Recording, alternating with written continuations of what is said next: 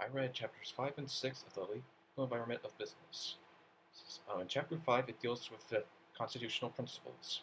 What this means is that it deals with rights that are contained to specific documents like the Constitution and the Bill of Rights.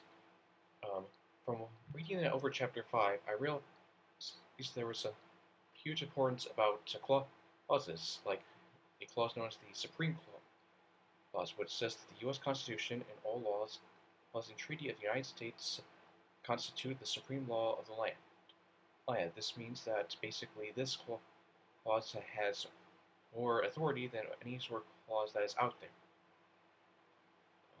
And another clause I learned about was known as Commerce Clause. It empowers Congress to regulate commerce with foreign nations, with Indian tribes, and among the states. This means that this clause can actually put together, say, good relations with other nations, other tribes, so we can work together. Cases that have involved with the Commerce Clause have included the United States versus Morrison, and Granholm versus Held, and the Solid Waste Agency of Northern Cook County versus the United States Army Corps of Engineers. Also, the chapter explains about the 14th Amendment that is explained in the Bill of Rights. This actually applies to every single right out there except for parts of the 5th Amendment. In chapter 6, we basically get a lot into more about talking about crime stuff. What I mean by this is that basically it involves the normal aspects of a crime. This includes types of crimes that can be committed, including committing fraud or a burglary or a robbery. The chapter also explains these details into other important stuff like bail and the type of things that happen in a court when you confess to a crime. But the big thing that got out of me from that chapter was white-collar crime, which is basically a crime committed in a commercial context by a member of a professional managerial class.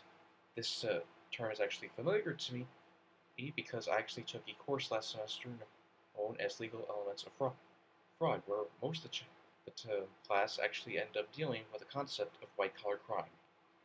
Some types of crimes that were committed through it is criminal fraud. This is an international use of some sort of misinterpretation to gain an advantage over another party.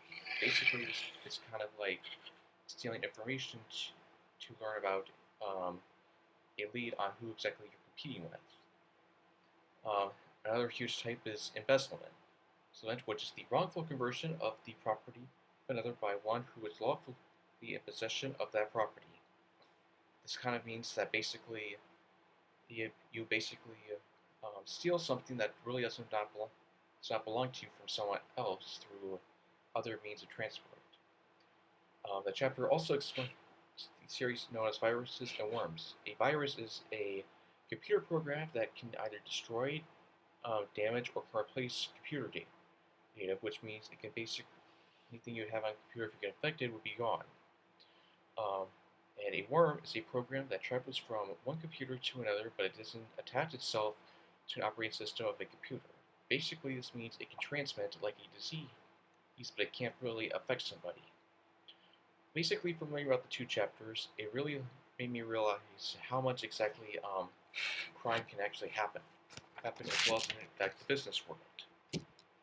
I actually never really knew in such agreements that there are clauses that can actually impact how the law as well as business can actually happen.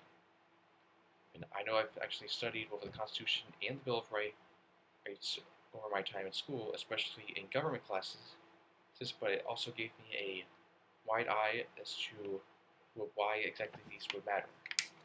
And with Chapter 6 with the crimes, it also helped me expand my knowledge a lot more about crimes that I did through legal elements of fraud.